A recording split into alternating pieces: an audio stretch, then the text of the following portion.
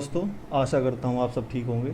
तो मैं एक बहुत ही इम्पोर्टेंट टॉपिक पे वीडियो लेके आया हूँ जो बच्चे बहुत ज़्यादा कंफ्यूज हैं। क्योंकि एक्चुअली हुआ क्या है कि एनटीए ने बैक टू बैक 2-3 एग्ज़ाम्स लिए हैं, जैसे कि इग्नू का आपका असिस्टेंट, उसके बाद सोशल सिक्योरिटी असिस्टेंट ईपीएफओ। तो अब नेक्स्ट स्टेज जो है, रिटन एग्ज़ाम ऑलमोस्ट सबके हो चुके हैं, नेक्स्ट स्टेज आती है टाइपिंग। दूसरी बात, इग्नू का तो शायद आ भी चुका है डेट, कल या परसों। और जो ईपीएफओ एसएसए है वो अभी लाइन में है, उसका रिज़ल्ट अभी अवेटेड है। तो बच्चे काफ़ी ज़्यादा कंफ्यूज है कि टाइपिंग का क्या मोड रहेगा, क्या स्पीड मांगी गई है। स्पीड तो खैर पता है, दूसरी बात क्या एक्यूरेसी है, बैक स्पेस अलाउड है कि नहीं, इन सब के बारे में मैं बात करूँगा। तो कोई ठोस चीज़ तो नहीं है कि कोई ऑफिशियल डॉक्यूमेंट हो एनटीए का खुद का कि ऐसा टाइपिंग होगा। लेकिन हम ना कई सारे पहलुओं पे बात करेंगे, जैसे कि अभी आने वाले प्रीवियस ईयर्स में क्या हुआ है इन सेम एग्ज़ाम्स में। दूसरी बात, अगर एनटीए कंडक्टिंग अथॉरिटी है तो आगे क्या कर सकते हैं, और एनटीए का कुछ डिटेल्स देखेंगे कि अभी अभी कैसे कैसे क्या हुआ है। तो पहली बात, जो अपना एसएसए ईपीएफओ का एग्ज़ाम था वो लास्ट टाइम 2019 में या 20 में शायद हुआ था, लेकिन कंडक्टिंग एजेंसी उस समय थी आईबीपीएस। ठीक है। टाइपिंग मोड उस समय रेस्ट्रिक्टेड था, जैसा कि आपको दिख रहा होगा, मैं यहाँ पे टाइपिंग मोड ये लिखा हुआ है, रेस्ट्रिक्टेड था। तो रेस्ट्रिक्टेड टाइपिंग मोड क्या होता है मैं आपको बता देता हूँ। रेस्ट्रिक्टेड टाइपिंग मोड में जो भी आपको पैसेज लिखना है, अगर आप टाइप कर रहे हैं, जैसे कि वर्ड लिखा है डॉग, ठीक है, वर्ड लिखा है डॉग, आपने डी टाइप किया, ओके, आपने ओ टाइप किया, ओके, लेकिन आपने जी की जगह एन टाइप कर दिया, तो ये डी ओ से आगे बढ़ने वाला नहीं है आपका। ठीक है, जब तक आप जी टाइप ना कर दें, ठीक है, जब तक आप डॉग पूरा सही टाइप करेंगे तभी आप आगे बढ़ सकते हैं। तो इस मोड को कहा जाता है रिस्ट्रिक्टेड मोड। तो इससे आपको पता चल गया होगा कि यहाँ पे एरर का तो कोई चांस नहीं है, क्योंकि जब तक आप वर्ड को सही नहीं करते हैं आप आगे बढ़ नहीं सकते। तो एरर का कोई कंसेप्ट नहीं है, तो एक्यूरेसी वगैरह उतनी मैटर नहीं करती थी।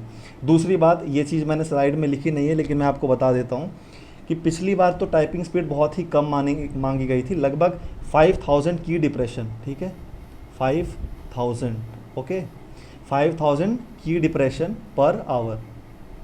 तो ये बहुत ही ज़्यादा कम होता है। मैं आपको बता देता हूँ कि इस बार 10,500 kbps मांगा गया है, तो उसके कंपैरिजन में 5000 बहुत ही कम होता है। तो ऑलमोस्ट हर किसी ने पिछले बार जो है टाइपिंग निकाला होगा, तो कट ऑफ पे भी उतना टाइपिंग का असर नहीं पड़ा। अब मैं आपको अभी का बताता हूँ। अभी क्या है, 2023 में जो एनटीए कंडक्ट करा रही है, चाहे वो इग्नू के एग्ज़ाम्स हो, चाहे वो एसएसए ईपीएफओ एग्ज़ाम हो, अभी क्या स्पीड मांगी गई है, 35 वर्ड पर मिनट। तो इससे एक बात क्लियर होती है कि प्रीवियस ईयर सिनेरियो नहीं रहने वाला है। ठीक है, जब स्पीड ही चेंज है, ऑलमोस्ट डबल से भी ज़्यादा स्पीड मांगी गई है, तो पिछले साल का रिपीट करने का कोई चांस लग नहीं रहा है मुझे। तो रिस्ट्रिक्टेड टाइपिंग मोड आप भूल जाइए अभी के लिए फ़िलहाल।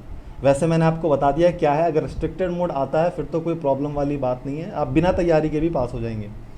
दूसरी बात, 35 वर्ड पर मिनट के साथ साथ यहाँ पर आपको एक्यूरेसी मेंटेन करनी पड़ेगी। वो क्यों?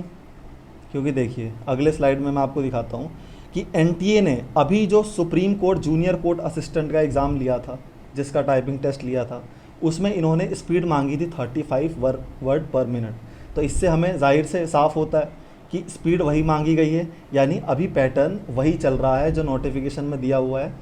और सुप्रीम कोर्ट वाले एग्ज़ाम में इन्होंने एरर अलाउ की थी ओनली 3%, यानी अगर आप 100 वर्ड टाइप करते हैं तो आप उसमें 3 वर्ड गलत कर सकते हैं, कोई प्रॉब्लम नहीं होगी। तो 3% आप एरर अलाउ कर सकते हैं, और अगर आप देखें तो यहाँ पे 97% एक्यूरेसी आती है बन के, आप 97% एक्यूरेसी मेंटेन करेंगे।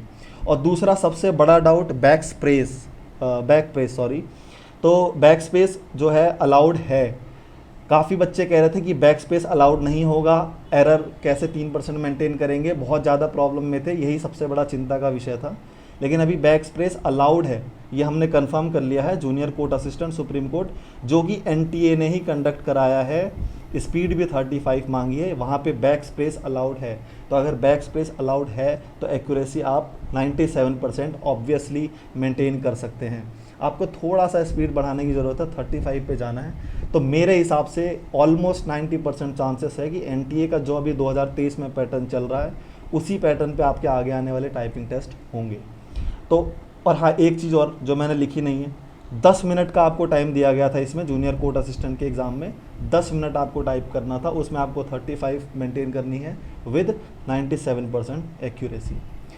तो अब मेरे एडवाइस है, क्योंकि दोस्तों टाइपिंग मेरी अच्छी है तो मैं इस मतलब क्वालिफाई हूँ आपको एडवाइस देने के लिए। सबसे पहली बात तो कुछ बच्चे सोचते हैं कि कोई बात नहीं है, हमें टाइपिंग सीखने की क्या ज़रूरत, बचपन से मोबाइल चला रहे हैं, क्वार्टी कीपैड, हम तो कर लेंगे ऐसे देख देख के। तो दोस्तों नहीं होता है, मैं आपको बता रहा हूँ, अगर आपकी स्पीड 20 आएगी, अगर आप वैसे ही रैंडमली करोगे तो आप बढ़ा सकते हो, मना नहीं कर रहा, लेकिन 25, 26, 27 पे जाके आप स्टैग्नेंट हो जाओगे। कंफर्म है आप 27 से ऊपर नहीं बढ़ पाओगे। बहुत ही कोई चमत्कारी पुरुष है तो वो 28 या 29 तक कर पाएगा, लेकिन 30 क्रॉस करना is nearly impossible by that method. तो आपको प्रॉपर 10 फिंगर से ही करना पड़ेगा, ठीक है। आप ये एडवाइस मानते हो तो सही है, वरना आप लटक जाओगे, उसके बाद आपकी कोई नहीं सुनेगा, आप बाहर हो।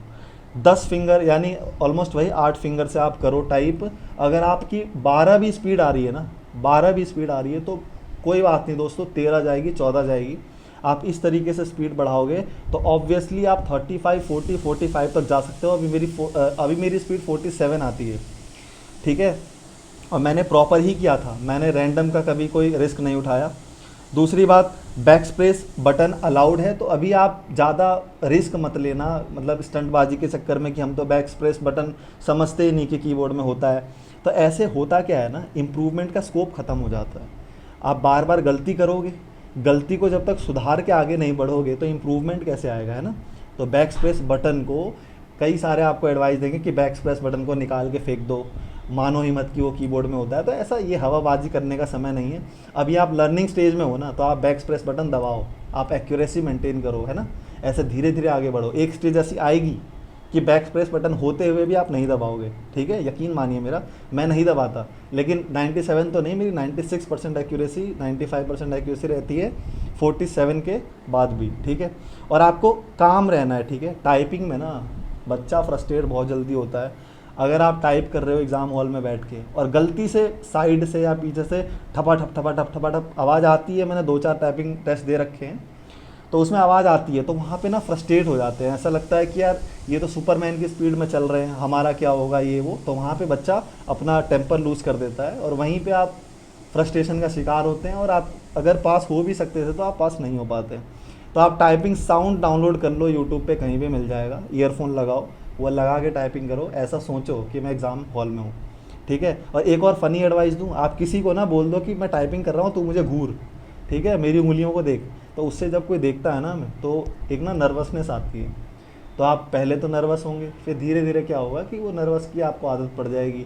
उधर टाइपिंग साउंड चल रहा है, उधर बंदा आपको देख रहा है, उसके बावजूद भी आप टाइपिंग करने के मतलब हैबिचुअल हो चुके हो, तो कोई कुछ नहीं बिगाड़ पाएगा आपका, ठीक है। उसके बाद अब बहुत समय है दोस्तों, EPFO SSA वालों के पास तो 1.5 महीने के लगभग है, ठीक है, अभी तो रिजल्ट भी नहीं आया है। और JNU वालों के भी, JNU इग्नू वगैरह वालों के भी आपके 15 दिन है, बहुत है, ठीक है। और एक बात हमेशा माइंड में बिठा के रखिए, 35 ज़्यादा कुछ नहीं होता है। आप स्लो करके भी ना एक्यूरेसी मेंटेन करके थोड़ा प्रैक्टिस करके आप कर लोगे, तो घबराना आपको बिल्कुल नहीं है, अपना लगे रहो टारगेट पे, ठीक है। थोड़ी बातें ज़्यादा हो गई तो वीडियो लंबी हो जाएगी, तो एंड करते हैं। तो आपको ऑल द बेस्ट कहूँगा मैं, इग्नू वालों को और EPFO वालों के पास तो टाइम है। तो धन्यवाद दोस्तों, लगे रहो, आप प्रैक्टिस पे लगे रहो। जॉब सिर्फ पढ़ाई से नहीं होती है, इधर उधर की भी चीज़ें करनी पड़ती है, तो किसी चीज़ को हल्के में मत लेना। धन्यवाद।